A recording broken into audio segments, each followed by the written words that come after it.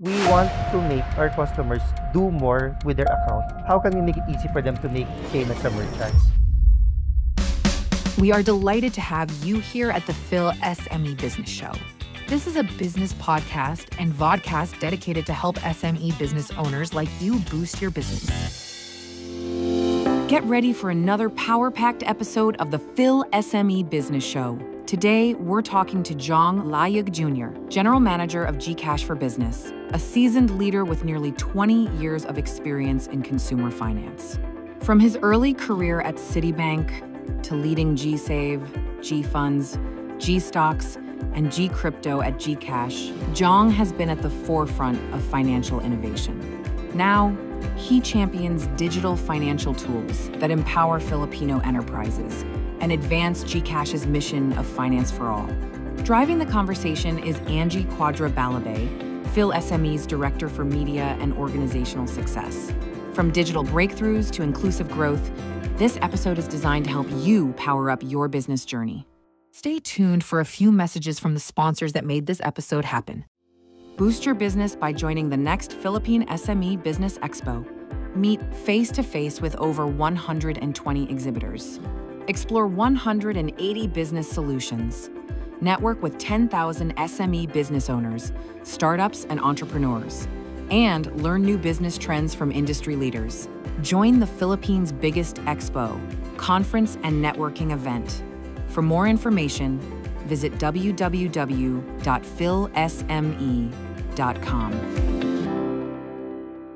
Hi there, I'm Angie Quadra-Balibay of the Phil SME Business Show. Today we're honored to have GCash's head honcho, the man behind GCash's expansion into the B2B world and specifically focusing on MSMEs.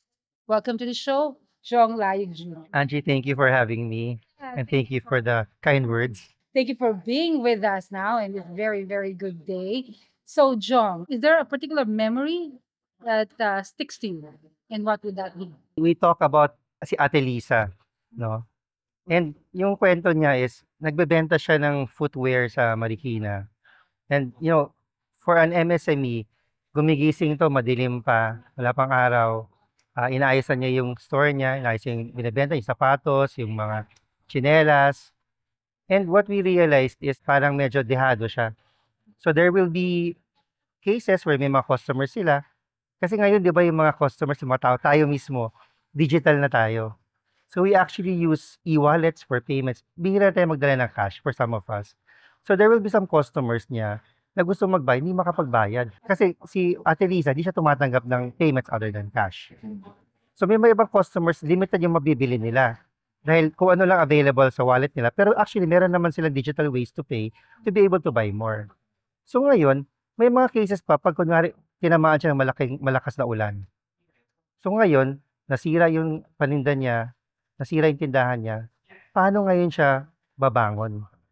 Ngayon, ang current nila na ginagawa is pupunta sa bangko, manghihiram. O kaya pupunta sa mga kapitbahay nila, sa mga friends nila, or sa family para manghiram. Pero in some cases, hindi sila makakuha ng pera. So, paano ngayon sila babangon at mag-start ulit ng store nila? So, ngayon, ang nakita namin, itong ganitong situation, parang meron kaming way to make it better for them, di ba? How do we help them para maging mas madali for them to actually operate a business, and in these types of situations, mas madali sila makabangon. Right. So this Ate Lisa persona, nakikita mo to sa mga when coming to like PhilSME Expo, ito talaga yung mga visitors na naghahanap ng solusyon. So the pain point really is they need to welcome customers or buyers na walang cash. And GCash comes in to offer that solution. So tell us, if I'm a startup or MSME, how do I start working with GCash to be my platform for official payment? How does that happen? Well, first of all, that's just one of their challenges or pain points as we call it, no, yung accepting payments. And right now, what some of the, especially smaller merchants do, is they use their own personal GCash account to accept payments, di ba? Yeah. They pay medyo nagmi-mix kasi yung business tsaka personal. So, nagbabayad ka ng kuryente kahit sa bahay or yung sa store mo using yung GCash account mo. Kailangan siguro ihiwalay nila, 'di ba? Medyo may difference in requirements. Ayaw ng mga budget management gurus niya na you use the same account for paying your bills and receiving income. Yes, yes. And also, iba yung limits na kailangan ng personal dun sa negosyo. So ngayon, what have we done? Actually, they can go to our website, they can apply for an account, they submit their documents. Medyo madali lang siya actually. And then from there, from that site, they can start requesting for QR payments. Meron kaming device ngayon na pag nag-scan ka ng QR, nagsasalita siya. Oh, Oh, para 'di ba if you think of, kunwari, well, let's say ano sasabihin niya? sasabihin niya, you have paid 1,200. Sasabihin niya, So that works for people like na kung masama, naliliitan sa text, gusto niya marinig na lang. and also sometimes kasi, 'di ba syempre nagmu-multitask ka. Hindi naman yung parang all the time titingnan mo yung phone. So let's say, for example, you're in a cafe business, 'di ba? So habang gumagawa ka ng coffee, narinig mo nagbayad siya, hindi mo na kailangan i-check yung phone. So medyo mas efficient ka that way. Oh, galing. Galing naman ng mga ganon. So, yun lang. Simple lang. Step by step. You heard that na our audience on Spotify and YouTube. Ganun lang. Go to the website, apply for GCash, and then documents about their business. Yes, yes. So you go to the website, you register, you provide your business documents. And meron nga kaming special na na account right now. We call it a basic account no, for merchants, where all you need to have is a GCash account na personal na more than a year. Tapos you can already apply for an account, a business account na ganun lang kabilis. Right. You were saying, isa lang yun sa mga pain points. What are the other pain points that GCash is trying to address for the business community? Well, the other part is monitoring yung mga payments na natanggap mo, di ba? So, we actually have a place where they can actually track yung mga payments nila. So, madali niya makikita. At least for the business side, no? And then the other part is, syempre may mga bayarin din sila. So, right now, si Ate Lisa, anong gagawin niya? Mag-accept siya ng payment in cash. Pag magbabayad na siya ng mga bills, yung cash yung babayad niya or pipila siya sa bayad center, di ba? What we can do for them is, dahil digital na natanggap niya na pera, pwede na rin yung pambayad using our own system. If you think about it, yung mga na-experience mo sa GCash customer, di ba tayo ngayon, nakakita ka ng pera, nagbabayad. We're actually just making that for a business context, kumbaga, na yung mga business owners, kaya na nilang gawin yun. Using yung current nila na corporate account or business account, pwede na nilang ipambayad yung laman nun sa mga ibang businesses din, sa mga suppliers nila. This works via app pa rin. Well, what we have is a website. Kasi what we've realized It is, doesn't require a phone number. it doesn't require, Great. Kasi what we realize is, most businesses, di ba, parang mas sanay ka na you actually do things on a website rather than yung pag-personal, yun yung phone, mga app, gano'n. But I think the app is something we can probably consider later on. But right now, what we have is the website. The website, right. So, we're excited about this, that GCash is going into addressing the needs of the MSME startups in the community, no? How did this, evolution start, Jong? It says you're the leader, you're the brain behind this GCash supplying to the B2B industry. How did it start?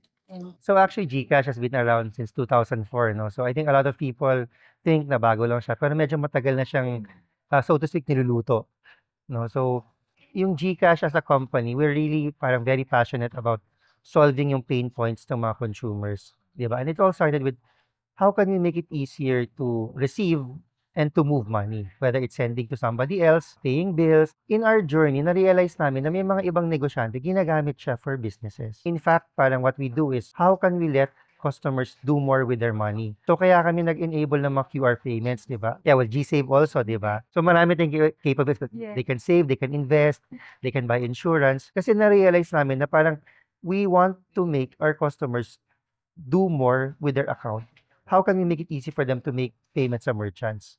So, yun yung lens namin customer. Now, working with the customers and merchants, nakita namin na a merchant or a business partner or even the government has different needs.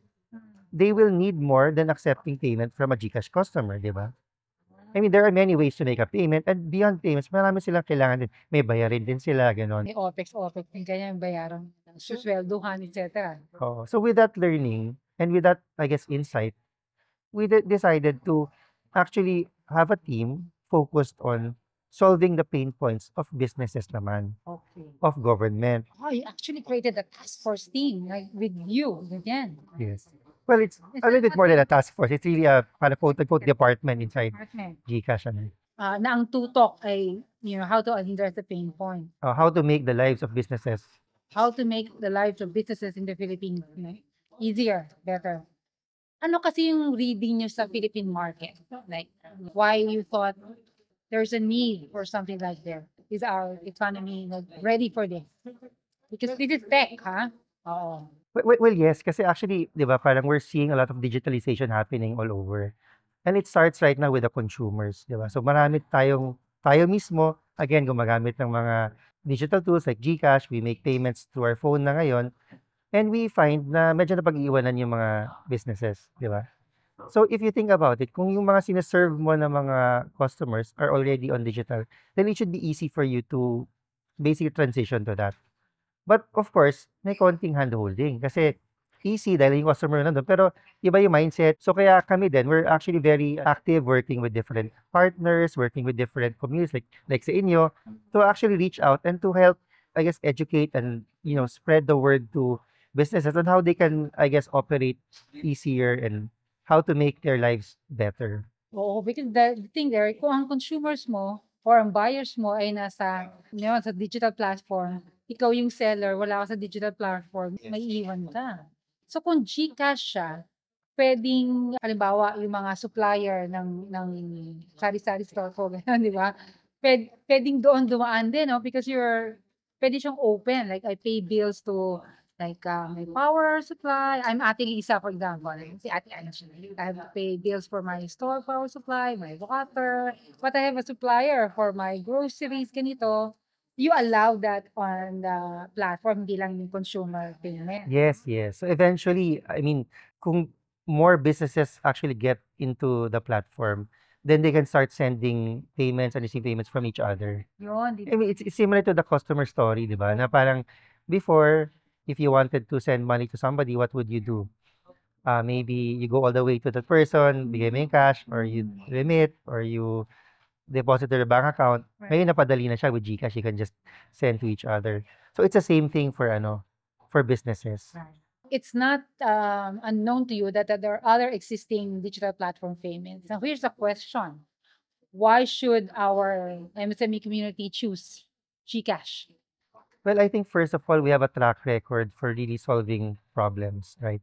And we've demonstrated it with the consumers. And I mean, yun ang experience natin. And a lot of the merchants actually use GCash, their own personal account, for business. So they know that. So now we're applying that same passion and, obsession to solving problems. And we have actually game-changing innovation. For example, yun na-mention ko kanina, yung nagsasalita na QR. You don't see that on the ground other than from GCash, right? And we have other new things coming na talagang made specifically for the type of business. I think what you'll find right now is medyo one size fits all, di ba? Di ba? I mean, there's a particular solution. You either use it kasi you need it, or it might be too expensive for you or not built for you, and then you don't have anything to use and you resort to using your own personal account.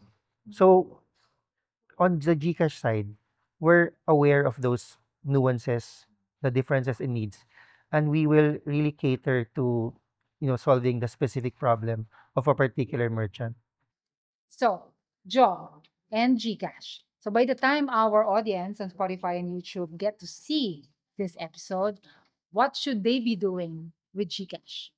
Well, I think the first thing is to try yung service namin. So I would encourage you all to go to our business site and get your account. It's so easy. Get a device and try it, and I'm sure you will all love it. You heard that.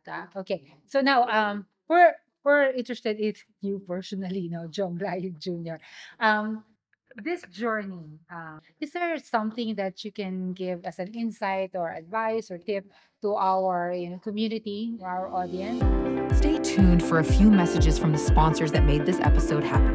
Looking for an easy way to connect with your customers? Benchmark Email makes email marketing simple and powerful. Create stunning emails, reach your audience effortlessly, and see real results. Start for free today and discover how easy it can be. Visit benchmarkemail.com and let's grow your business together.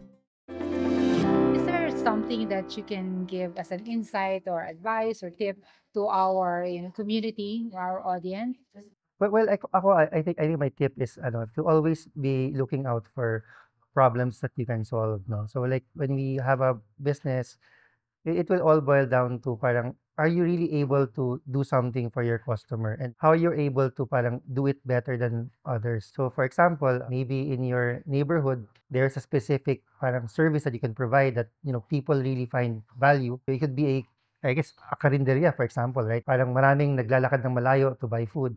Then you can actually do that. But I think it's really that. Parang how do you always keep a lookout and then find that specific thing that you can solve well, and then you have a customer that you can really service. And I think in most cases I learned this, no, na parang it's also finding that person who can overlook your shortcomings. It's like in a relationship, di ba? You find someone who can appreciate what you deliver, di ba, and can ignore your shortcomings. Ayan hindi lang business tip yun. Relationship tip pa. Courtesy of GCash's Jong Lai Jr. Thank you. You'll be at the next expo. We'll see GCash visiting, exhibiting, and sponsoring. Please tell our audience to come get to know more about GCash and what you're offering now to the business community at the next PhilSME Expo.